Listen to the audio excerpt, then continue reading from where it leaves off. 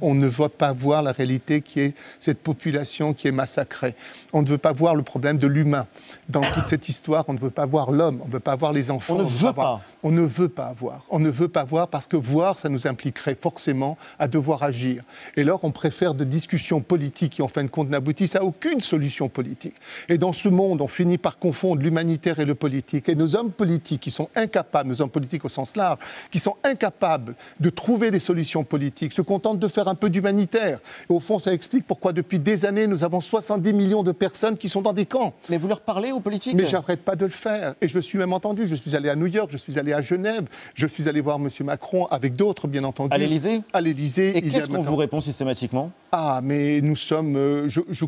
quand j'ai dit au président de la République, j'ai dit, Monsieur le Président, quand les Russes ont refusé de voter pour la délibération qui permettait... La résolution qui permettait la prolongation des corridors humanitaires, j'attendais que la France, éventuellement, puisse condamner de manière assez forte ça, parce qu'on veut affamer une population. Et le président de la République m'a répondu, oui, vous avez raison, j'aurais pu faire une déclaration de principe là-dessus, mais j'ai préféré une politique transactionnelle avec M. Poutine.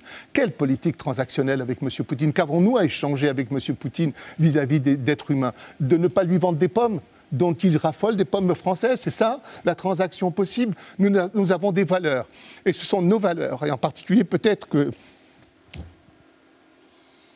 Peut-être que... J'ai une idée de la France.